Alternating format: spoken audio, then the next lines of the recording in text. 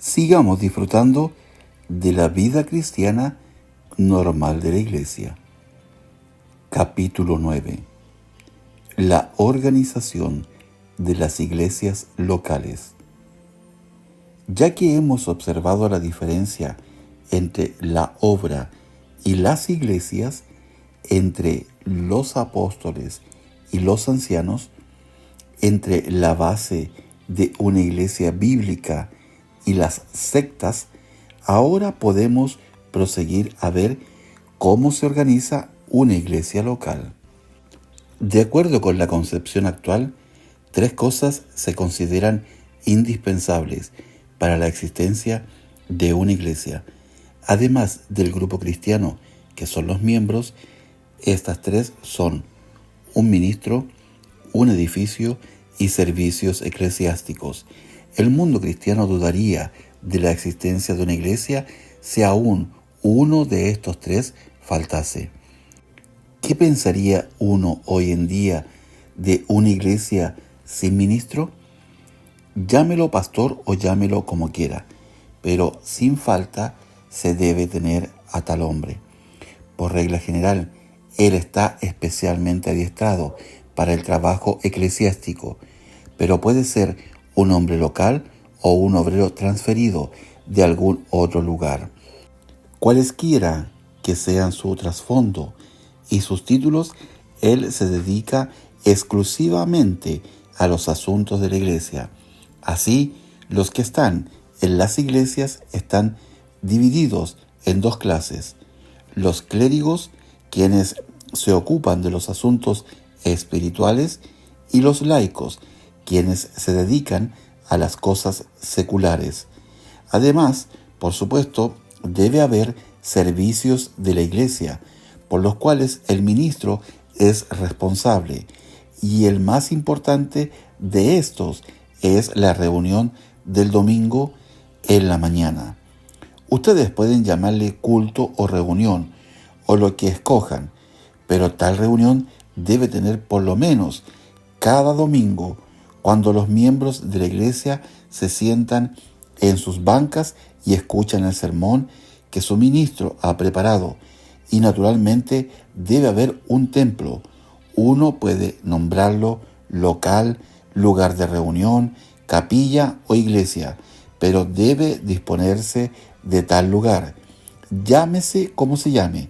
De otro modo, ¿cómo podría uno ir a la iglesia los domingos? Pero lo que se considera indispensable para una iglesia hoy en día era considerado totalmente innecesario en los primeros días de la historia de la iglesia. Veamos lo que la palabra de Dios tiene que decir sobre este asunto. El ministro u obrero en el gobierno de la iglesia. Pablo y Timoteo, siervos de Jesucristo, a todos los santos en Cristo Jesús que están en Filipos, con los obispos y diáconos. Filipenses capítulo 1, versículo 1. Ni siquiera en una sola iglesia bíblica encontramos mención alguna de un ministro que controlara los asuntos de ella. Tal posición está ocupada siempre por un grupo de ancianos locales, y en ninguna otra parte tenemos una presentación más clara o más comprensible del personal de una iglesia que en el versículo que acabamos de citar de la carta a los filipenses. La iglesia está constituida de todos los santos, los obispos y los diáconos. Los diáconos son los hombres designados para servir a la mesa. Hechos capítulo 6, versículos del 2 al 6. Es decir, aquellos que cuidan exclusivamente el aspecto práctico de las cosas. Los obispos son los ancianos, quienes se encargan del cuidado de todos los asuntos de la iglesia. Hechos capítulo 20, versículos 17, versículo 28. Y Tito capítulo 1, versículo 5 y versículo 7.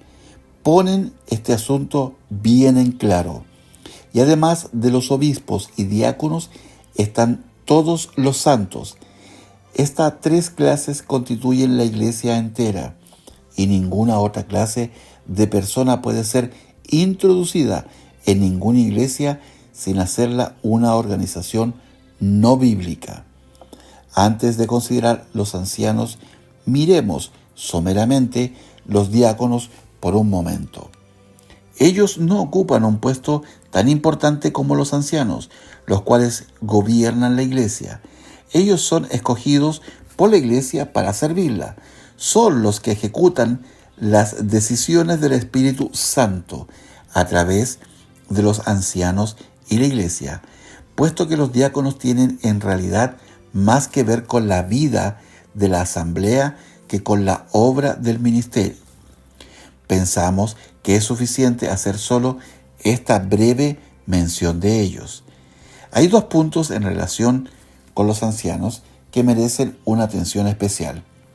En primer lugar, ellos son escogidos de entre los hermanos comunes y corrientes. Ellos no son obreros que tienen un llamamiento especial de Dios para dedicarse exclusivamente a la obra espiritual. Como regla general, ellos tienen sus familias y sus obligaciones en sus trabajos y son solo creyentes ordinarios de buena reputación. En segundo lugar, los ancianos son escogidos de entre los hermanos locales. Ellos no son transferidos de otros lugares, sino que sencillamente son apartados en el lugar en que viven y no son llamados a abandonar sus ocupaciones ordinarias, sino simplemente a dedicar su tiempo libre a las responsabilidades de la iglesia. Los miembros de la iglesia son hombres locales, y puesto que los ancianos son tomados de entre los demás miembros, se deduce que son también hombres locales. Hechos, capítulo 14, versículo 23. Tito, capítulo 1, versículo 5. Y dado que todos los ancianos bíblicos son hermanos locales, si transferimos de algún otro lugar a un hombre para que controle una iglesia, estamos desviándonos de la base bíblica. Aquí vemos la diferencia entre las iglesias y la obra. Un hermano puede ser trasladado a otro lugar para encargarse de la obra allí, pero ningún hermano puede ser enviado fuera de su propia localidad para asumir las cargas de la iglesia en otro lugar. Todas las iglesias de Dios son gobernadas por ancianos y todos los ancianos son escogidos de entre los hermanos locales. Si en cierto lugar un grupo de hombres son salvos y un obrero se queda encargado de ellos, entonces es inexacto referirse a ese grupo como una iglesia. Si los asuntos aún están en manos del obrero y no han pasado a manos de los hermanos locales, entonces todavía es la obra de él, no es una iglesia. Hagamos clara esta distinción. La obra siempre está en manos de los obreros y la iglesia está siempre en manos de los hermanos locales. Cuando un obrero tiene el control de los asuntos, entonces es cuestión de obra, no de una iglesia. Ha sido señalado antes que en la palabra de Dios hay ancianos locales, pero no apóstoles locales. Cuando Pablo deja a Tito en Creta, no era su objeto que Tito manejara los asuntos de la iglesia allí, sino que él nombrara ancianos en cada lugar para que ellos a su vez pudieran encargarse de los asuntos. La ocupación del obrero es fundar iglesias y nombrar ancianos, jamás tomar responsabilidad directa en las iglesias. Si en algún lugar un apóstol se responsabiliza de los asuntos de la iglesia local, él cambia la naturaleza de su oficio a la naturaleza de la iglesia. Ningún apóstol que viene de otro lugar está capacitado para el oficio de anciano local. El cargo solo puede ser ocupado por hombres locales. Quienes hemos sido llamados por Dios a la obra, debemos entender claramente este punto, que nosotros nunca fuimos llamados a quedarnos para ser pastores en ningún lugar. Podemos volver a visitar las iglesias que hemos establecido y ayudar a los creyentes que en tiempos pasados llevamos al Señor, pero nunca podemos convertirnos en ministros de ellos y asumir las responsabilidades de sus asuntos espirituales en su lugar. Ellos deben estar conformes con los ancianos nombrados por los apóstoles y aprender a honrarlos y obedecerlos. Obviamente, someterse a otros de su propio número y rango requiere más gracia de parte de los creyentes que ceder al control de un hombre que viene de otro lugar y tiene capacidades especiales para la obra espiritual. Pero Dios lo ha ordenado así, y nosotros nos postramos ante su sabiduría. La relación entre la obra y la iglesia es realmente muy sencilla. Un obrero predica el evangelio, las almas se salvan y después de un corto lapso de tiempo, unos cuantos de los comparativamente más avanzados son escogidos de entre ellos para responsabilizarse de los asuntos locales. Así se establece una iglesia. El apóstol entonces sigue la dirección del Espíritu a otro lugar y la historia se repite allí.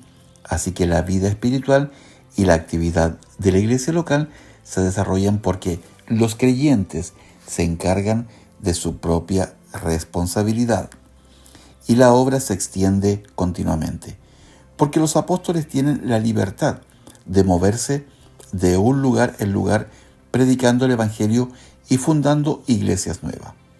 La primera pregunta que se hace generalmente en cuanto a una iglesia es: ¿quién es el ministro? El que pregunta está pensando: ¿quién es el hombre responsable de ministrar y administrar las cosas espirituales en esta iglesia? El sistema clerical de manejar la iglesia es extremadamente popular, pero el concepto en sí es ajeno a las Escrituras, donde encontramos la responsabilidad encomendada a los ancianos, no a los ministros como tales. Y los ancianos solamente vigilan la obra de la iglesia. Ellos no la ejecutan.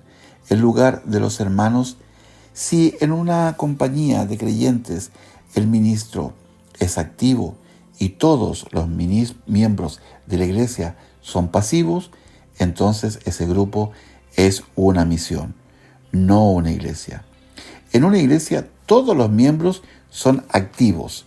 La diferencia entre los ancianos y los demás miembros es que estos trabajan mientras que aquellos trabajan y también supervisan el trabajo de los demás.